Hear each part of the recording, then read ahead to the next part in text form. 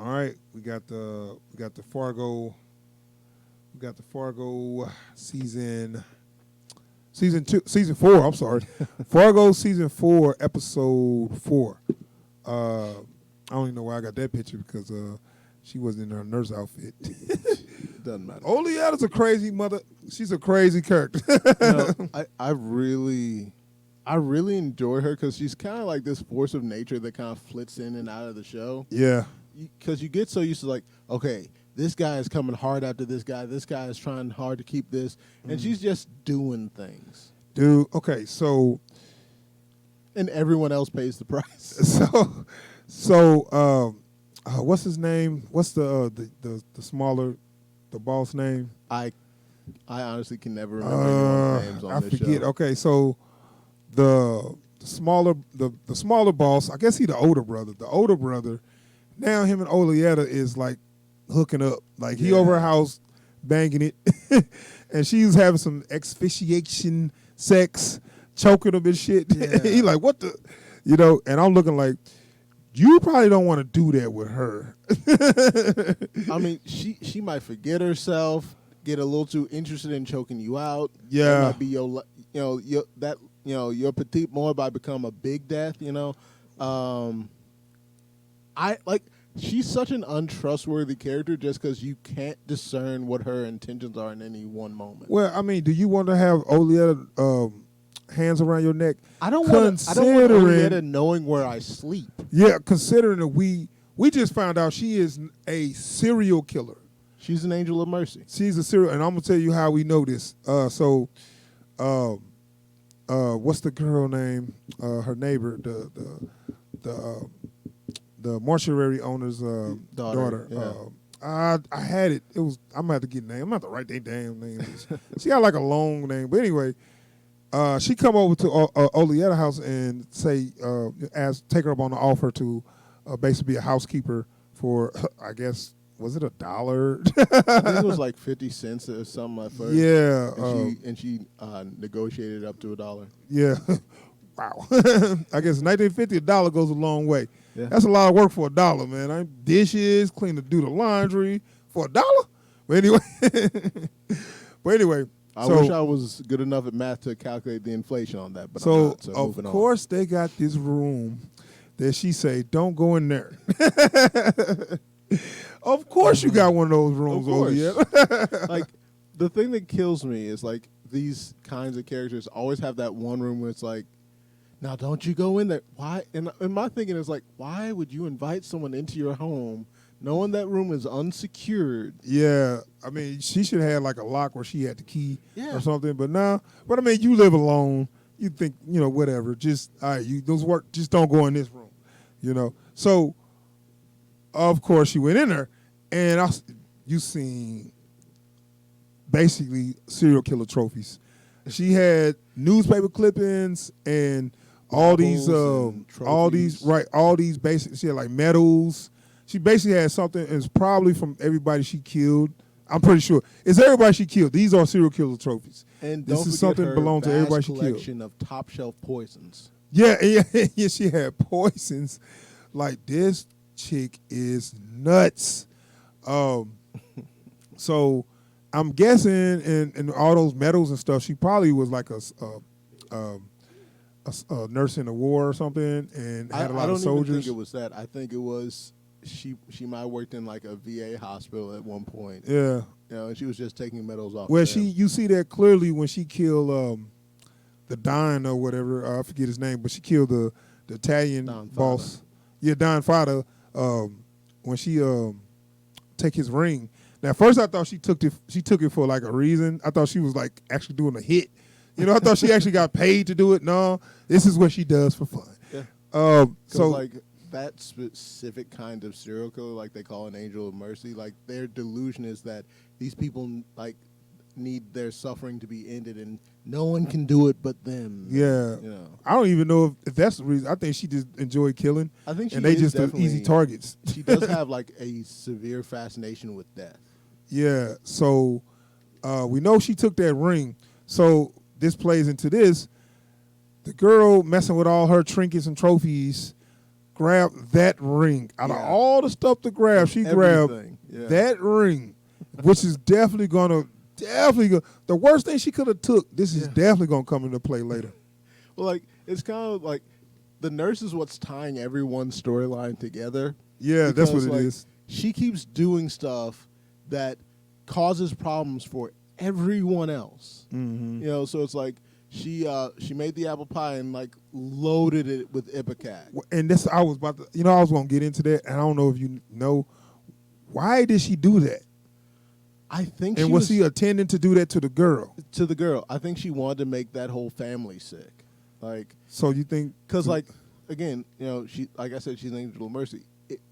With like in the absence of someone to care for, they will make people sick so that they have a reason to care for them.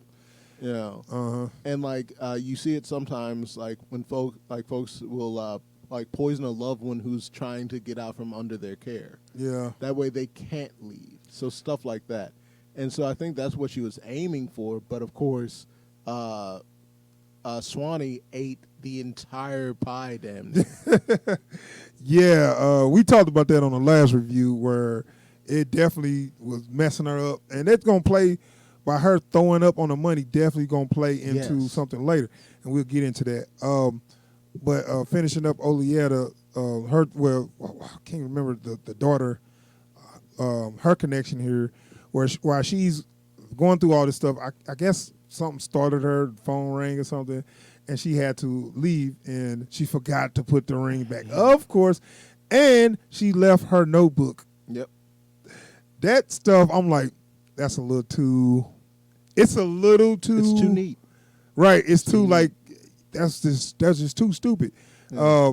I would have been better off if she would have stolen the ring and dropped it. Now she did drop it because she got startled and she just like left her notebook. But that's going to tell Olietta all she needs to know to finish the job. Yeah, it's becoming one of the few problems I really have with this show is that it's kind of a perfect storm of screw ups. Yeah, and so it's like everything could go absolutely fine, but everyone keeps screwing up in precisely the perfect way to completely ruin everyone's plans.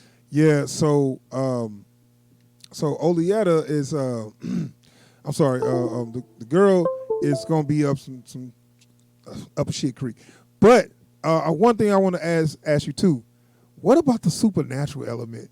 Like, so where the heck did this come from? I have no clue. I don't know if none of the other shows had nothing supernatural. Yeah. It was all human. So like violence and stuff. I could allow for some aspect of that as like, because it appeared like when we see it in one scene, it appears to be functioning as some sort of specter of death. Yeah, I think that's what it's supposed to be. And so like, I can at least say. By the way, the way they shot it was beautiful. Oh my God, yes. Like, how come horror movies aren't shot this way? That's what I'm saying. It's like, but I could rationalize it as like it's a visualization of how the characters are feeling in the scene. Yeah. But before we ever see it with them, we see it with the daughter, and so far we haven't been given any glimpse as to where that's coming from. Yeah. That's why I was wondering. I was like, why her though? Yeah. But we'll see. And this is a funeral home, making it so bad it's a mortuary. Like you live over a mortuary. It's like how that's the most spooky you can get right there. And it's like utilizing the same image for both of those scenes too, without any explanation. Yeah. So like, I don't know where this is coming from. I mean, we have a pretty good idea of what it refers to. Maybe the showrunner want to stretch their legs on the horror genre, like kind of let me see what we can do with this little horror. And I'm like, damn, for not being as a fan of horror, seeing how they put their shots together, I'm like, y'all good at that. Well, if you decide to go that route. I have a vague recollection of Robert Kirkman being involved in this show, and he is like one of the guys over The Walking Dead. Mm-hmm. Unless I'm completely wrong about that, and of course the internet will let me know later. Mm-hmm. But it could just be a nod to that, Right. Because he's a horror guy. He does like horror makeups and stuff like that. Yeah. So, but again, there's been no like plot explanation for this yet. Right. So where we at with with the feuding gangs? So the black gang, Loy Cannon. So I guess I call them Cannon Gang. I guess the Cannon Gang is going to retaliate for them taking a shot at his son. So this is the retaliation for what they did to his son, and they put a ring of fire around one of their trucks, which was actually a cool scene. Dope. It was a cool scene. And one dude just, what was he thinking? Did he run off into the fire, or did they throw him into it? I think he tried to take a shot at him. I think they herded him into the fire. Okay, because I wasn't sure. I was like, did he take a swing at him, or did he just try to run and then just like, just got caught in the fire? I was like, what the? Why didn't you just stay in the truck, dummy? It's fire everywhere. I'll roll the window down. Can I help you? It's like, y'all can just shoot me. Right. Well, I mean, I just don't think they was intending to kill him, but his own actions. You said what? I think they intended to kill him. Oh, I just felt like his own actions caused him to die. They were like, well, that was just collateral damage or whatever. So they took one of their shipments. Well, somebody brought something out that I was like, damn, I didn't think about that. They kind of messed the scene up with that. They was like the ring of fire stopped them from driving the truck, but when they took the truck, they just drove over the fire. Yeah, well, like it did look like there was a fire died down a little bit, maybe. Like there was a break had formed in the ring, and I don't know if there was like whatever they used was something that burned quickly, because alcohol burns pretty quickly. Yeah. So it's like, well, fine, whatever. But it did bother me when I was watching it. Like I had to stop and think, you know what? Maybe it was such and such. Maybe, maybe I don't need to look too deeply into it because it's ruining the movie. But I got the scene what they was trying to do though. It was a cool little scene. But anyway, they steal from them, and that's when and they put a mark on old pretty boy. Yeah, that's the guy that took a shot. That also took a shot, and they knew it. Like, what's his name? Calamita? Yeah. Which I believe is Italian for calamity. Oh, okay. So now they get a little sit down. Dr. Senator and their number 2 get a sit down, and basically it's the roles are reversed. At first, Dr. Senator did all the talking. He told him a story. So now the father lieutenant tell his story about what he think about America. And I forget what he said, something like oh man, it was a good speech though. Yeah, it was all about how everything fake in America or whatever. Like he had this great line about, I keep hearing this phrase, American values. I don't know what this is, but I figured out American value is you lie. Yeah. You do whatever you got to do. Yeah, it's about pretending. Yeah. But I ain't pretending. If you gonna take a shot at me, I'm shoot back at you. I can pretend to be whatever I need to be, but don't ask me to pretend we're not at war if we're at war. Right. This right here, though, really told Dr. Senator something, because he was like basically saying, hey, your people did this, did that, did that. And he looking like, what you mean? You didn't know. So now he know that they ain't feuding. Yeah. You know what I'm saying? That's all he needs to know. So now he's going to make his plans accordingly. No, I will say, they give Dr. Senator the best lines in this show. It's like, so you tell me, are we at war? Oh, not yet. But we're trying real hard.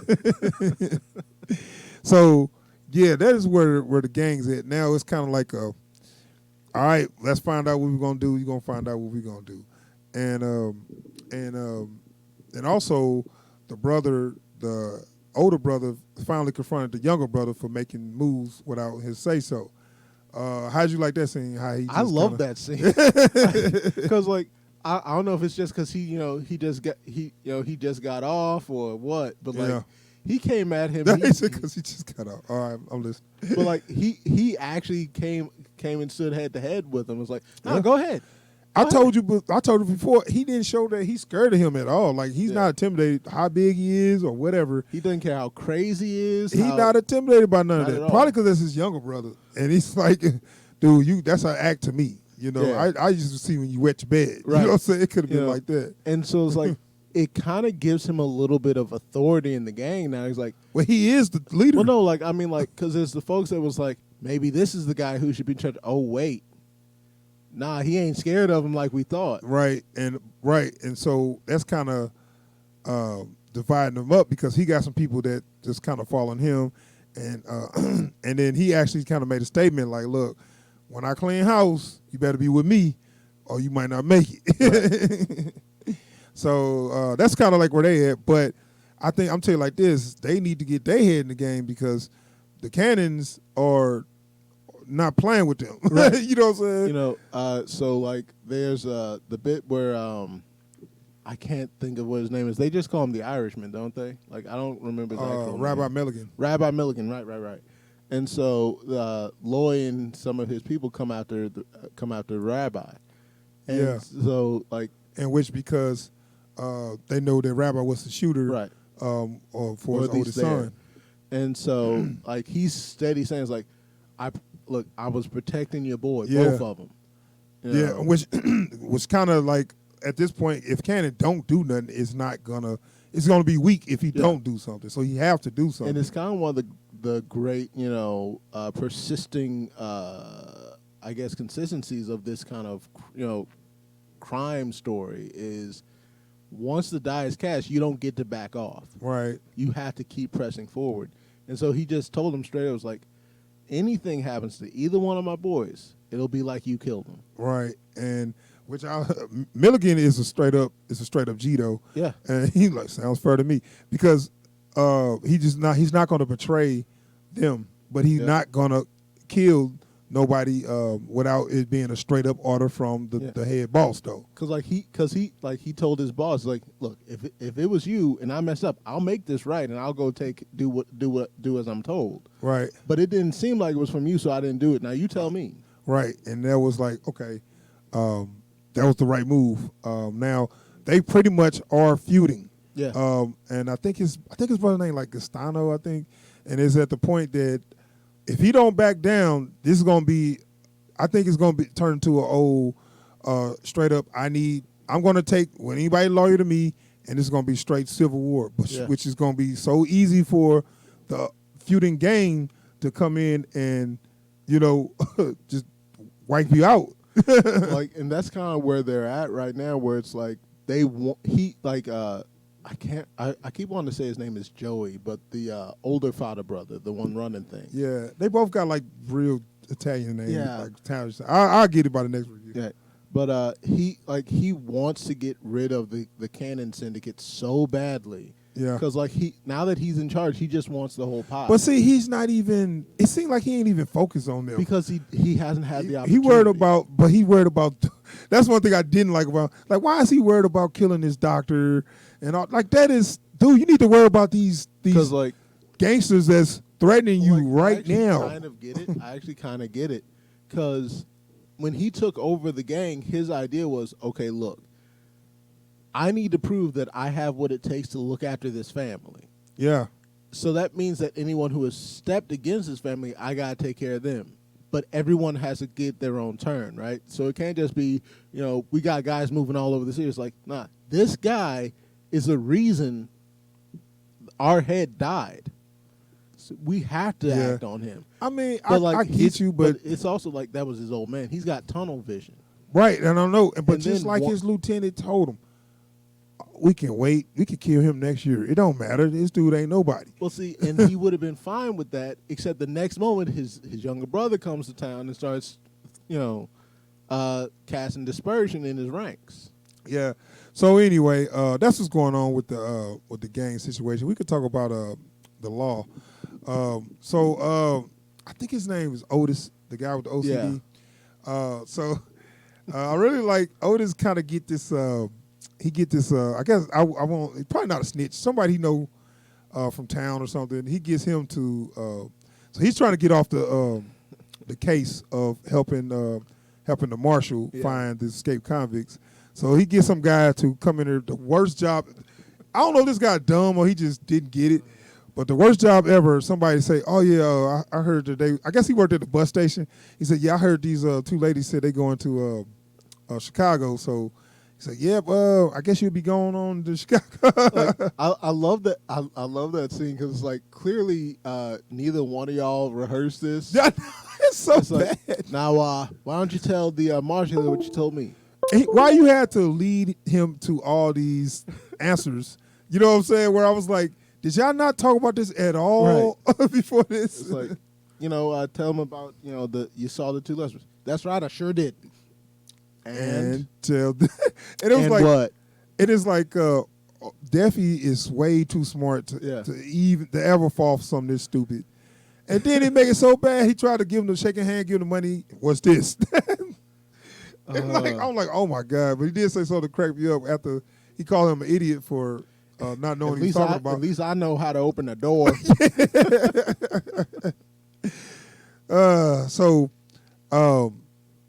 At this point, though, he did go see the Father family, so Deffy just got the idea. He probably already know that he's a dirty cop or whatever. Yeah. But I want to see where it's going to go with them, especially. And speaking of Deffy and the law, we have find out. I mean, what happens with the two ladies? What's their names? Swanee and I can't think of the other. Yeah, so she's still recovering from that pot. I hope she don't die. I didn't think she was bad like that, but she looked bad. Yeah. They had one scene where she just like stopped moving. I'm like, oh shit, did she die? But she's still alive, but she's real sick. Oh yeah. And old girl's kind of washing the money because she got vomit on it. But this is the thing. Once she, I didn't know. I remember they said they had a debt with somebody. I didn't know it was with Cannon. Yeah. And then, because remember that's like the daughter saw them talking with Loy in their kitchen. Oh, okay. I didn't even remember. Oh yeah. It's getting interesting because she gave him the money to pay back. So it's kind of a gangster move. You steal somebody money to pay them back. Yeah. Like I will say, like it bothers me a little bit. Like I get that he has no gumption whatsoever, so I get it. But he immediately he didn't know. I know that, but it's like that. Like, hey, let me give you this random bag full of money. No. It's like he should have thought that through. Yeah. Because I look at it as like, man, you need to piecemeal that. I was like, hey, here's my next installment. Yeah. But as we know, what's the name of the Native American lady? Swanee. Swanee threw up on the money, so the money had smelled like vomit. Yeah. And so the guy come to the Loy house. By the way, I love how he came to the door. Came to it like. Tell me why I shouldn't pull this trick. And like you said, he just came to him, gave him a bag full of money, said his uncle died. He left me some money, and I just want to give it all back. So your uncle just dropped you a bag full of money. Well, of course, the money came in check for him, but I figured you would want cash. Yeah. And he's sitting there, with his cup of water. Yeah, no. I thought she was going to shoot me there. This is a nice house. Get the fuck out. I was like, why were you so nervous? You already uneasy. Why you keep talking? You got he's like, well, thanks for the money and see you later. Oh, yeah. Whew, I thought she was going to kill me. So, this is a nice house. About now you want to talk. Yeah. But anyway, this is a beautiful scene where, he took a drink. Yeah, it's like, you're going to smell your hand like, the fuck I touched? You know what I'm saying? And smelled the damn vomit and just already, mother! Immediately knew. Yeah. This makes things interesting. Definitely makes things interesting that where it's going to happen from here. Yeah. Now we know now he know the people who robbed him so that dude's going to be, I don't know what they're going to do to him. Man. I'm pretty sure he's going to talk. I don't know what's going to happen. I kind of hope it don't.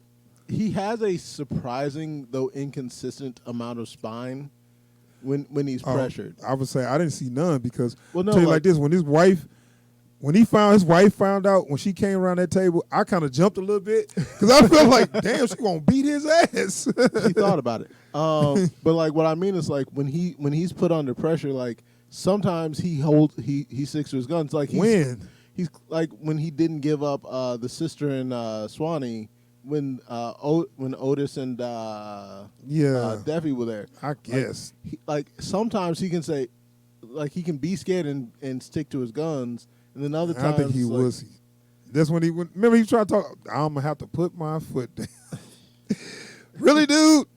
well, he ain't got no spine where she's concerned. Yeah, You know. I thought she was really gonna whoop his ass, and she should have. He murdered a real black woman.